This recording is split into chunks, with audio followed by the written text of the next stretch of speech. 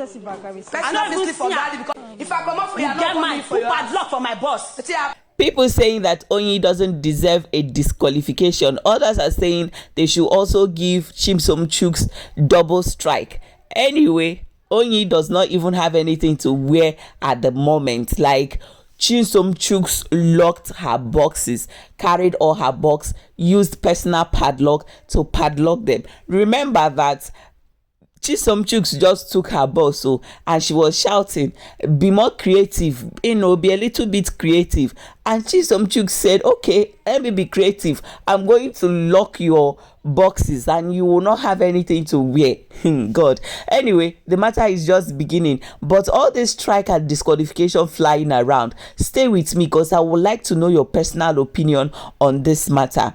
OYIN pouring water on CHIMSOM Chuks' bed. She was not just pouring that water on a fellow housemate's bed. She was also destroying Biggie's property, which I think is against the rule book. The question now is, she has not broken any much rule like that to deserve a outright disqualification. Biggie sometimes overlook a lot of things. It is a creative chaos week and it happened at the right time. But let's start from top to bottom and take it sequentially to know who is wrong and who is right in your own opinion. If you go on the timeline on social media, you could see that people are tagging Big Brother official handle saying that they should disqualify OYIN, that Erica poured water on someone's bed in the past season and they gave her disqualification, yadi yadi yadi.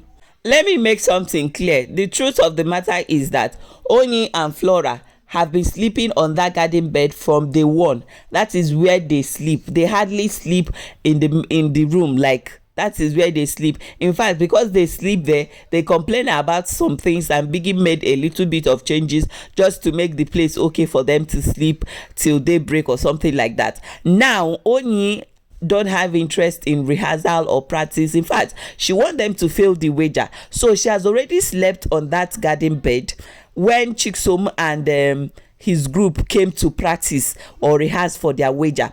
CHIMSOM, as the head of their group, now told OYIN to go inside, that they want to use the space and do their practice and whatsoever.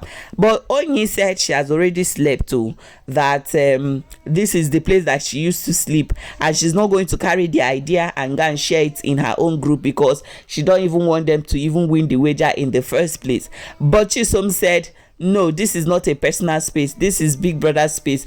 You don't have the right to own the space and say, oh, because I am sleeping there from the one. Anyway, CHIMSOM Chuks climbed on top of the bed and started, jumping there, disturbing OYIN, marching on her duvet and all that. OYIN stood up, went upstairs, went to the bathroom, fetched water and poured generously on CHIMSOM Chuks' bed.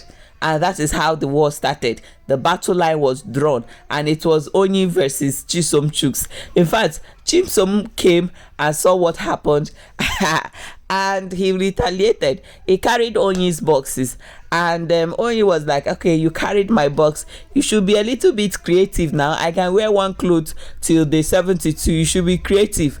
Okay. CHIMSOM said, okay, let me be creative. Went to bring personal padlock and padlock all her boxes. So there's nothing for her to wear at the moment unless she collects clothes from her friend, Flora. In fact, it was a battle of 2 against 1. Yes, Flora joined her friend OYIN in giving it back to CHIMSOM Chuks. In fact, they finished the guy.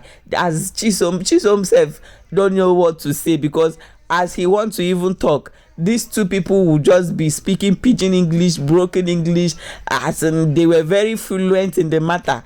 The team paid Flora, and Flora was like, people will see that OYIN poured water on your bed, but they did not see the provocation that you did to her. You provoked her to the extent that she have to pour water on your bed.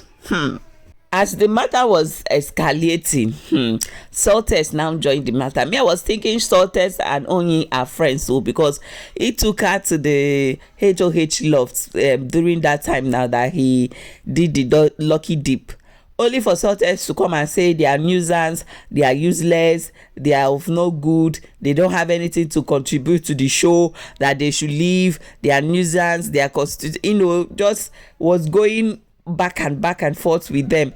And Flora was like, look at this one, that they are trying to cover his shame, that he's saying that somebody is nuisance. And Sultans now asked them, what do they bring to the show? And Oyin was like, why are you analyzing somebody's game? Like, are you the viewers? Do you know if the viewers find them entertaining? Who are you to say that they are nuisance, or they are useless, or they don't bring anything to the show, or they are boring, or something like that? Now so kasala burst for house though. It's 2 against 1. Flora and Oyin versus CHIMSOM Chooks, because Flora is there giving her friend emotional support. In fact, Oyin have promised CHIMSOM Chooks that she's going to make the house very unbearable for him. Yes, it said that by the time that she's done with him, that he's going to forget his name, that she has made him her personal project in the house.